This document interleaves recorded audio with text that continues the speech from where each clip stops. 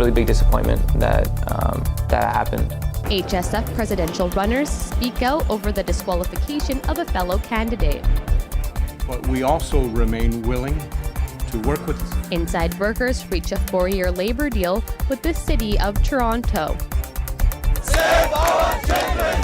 Save our children! Frustration grows for migrants waiting to cross the Greece-Macedonia border. Hi, and welcome to Humber News.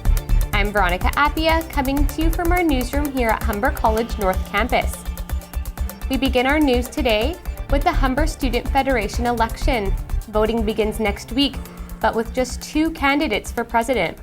On Tuesday, Mickey Decker was disqualified from the running because her grades didn't meet the HSF criteria. Today, the 2 remaining candidates weighed in on the conflict. With the latest on the story, here's Katie Jones. The Humber Students Federation election is days away. Yesterday, Humber News broke the story of Mickey Decker being disqualified from the presidential race. The announcement came after Mickey spoke at a forum Tuesday.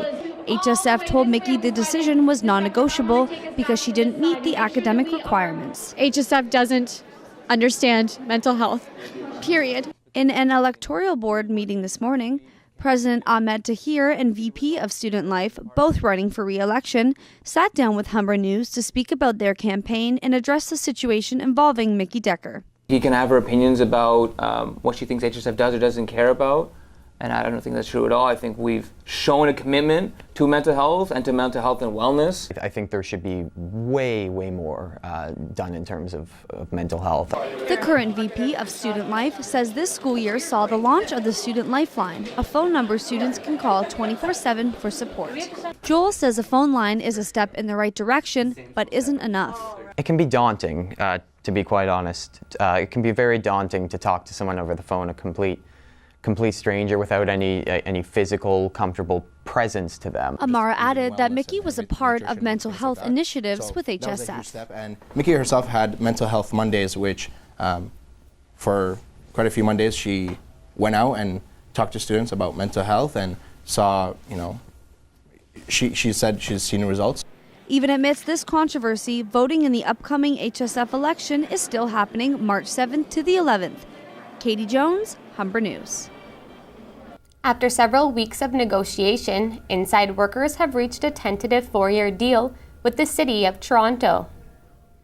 CUPE Local 79 President Tim Maguire says the agreement still has to be ratified in a vote by union members and wouldn't speak on specific details.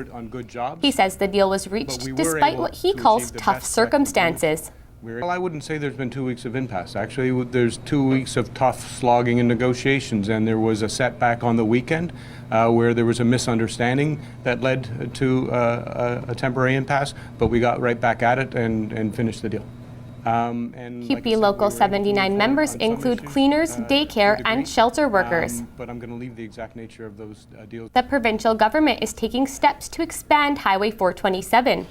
Ontario Minister of Transportation Stephen Del Duca made the announcement at a news conference this morning. I think that also helps to underscore that going forward. Announcement. Today I am delighted to be here to announce that Ontario is moving forward with the next phase to expand and extend Highway 427 with the release of a request for proposals to companies shortlisted to deliver this important project. The Highway 427 project, so that you know, includes a roughly 7-kilometer extension from Highway 7 to Major Mackenzie Drive and a 4-kilometer road widening just south of us from south of Albion Road to Highway 7. The extension is expected to be complete by 2020 and will be the first Ontario road to feature high-occupancy toll lanes. In Europe, frustration is growing at the Greece-Macedonia border as migrants staying in an overcrowded field are waiting to cross.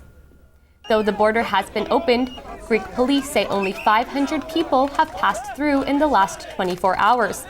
The migrants have begun to protest by lying across railroad tracks to block a train heading into Greece.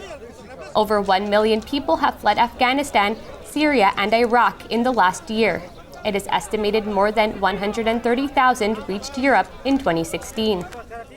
The Calais migrant camp known as the Jungle is on fire today. Migrants have been setting their shelters on fire in protest against the demolition of the camp. And they've sewn their lips together in protest over their treatment in France. It's the 4th day of demolition after a government order to evict the migrants in part of the camp. Thousands of migrants fleeing war and poverty from Afghanistan to Syria have converged in the jungle over the past year. Their presence has led to tension with some of the local population and police. There's a new lead in the search for MH370. Authorities say they may have found a new piece of wreckage belonging to the missing plane.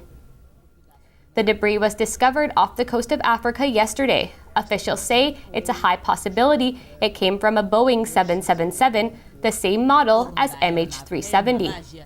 The item caught the attention of Australian authorities, who have been leading the 2-year search for the missing plane. They say they're optimistic that the debris belongs to the aircraft.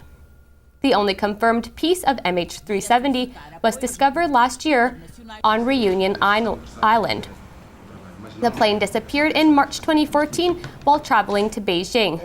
The debris will be examined by a team of international specialists.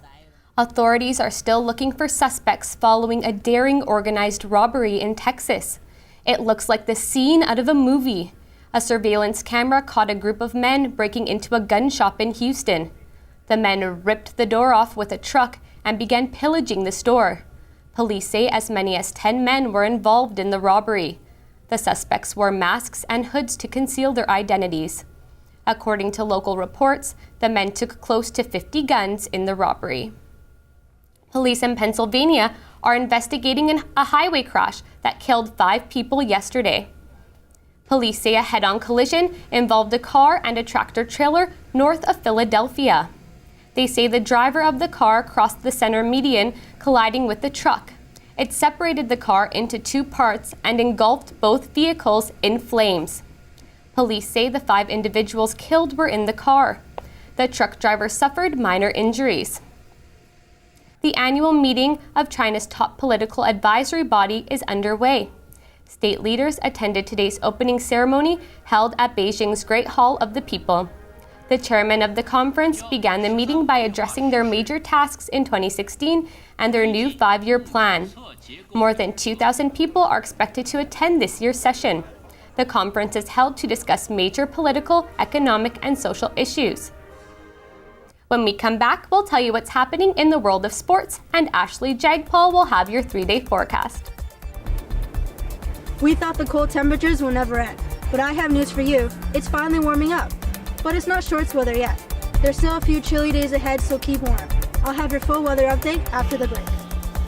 But for now, we leave you with this. 2 giant pandas from China arrived in South Korea today. A 2-year-old female and 3-year-old male were welcomed at the airport before being taken to their new home at the Everland Resort. The pandas are the first to arrive in South Korea in 22 years and will live in their new home on a 15-year loan. They'll be under quarantine for a month and will be shown to the public in April.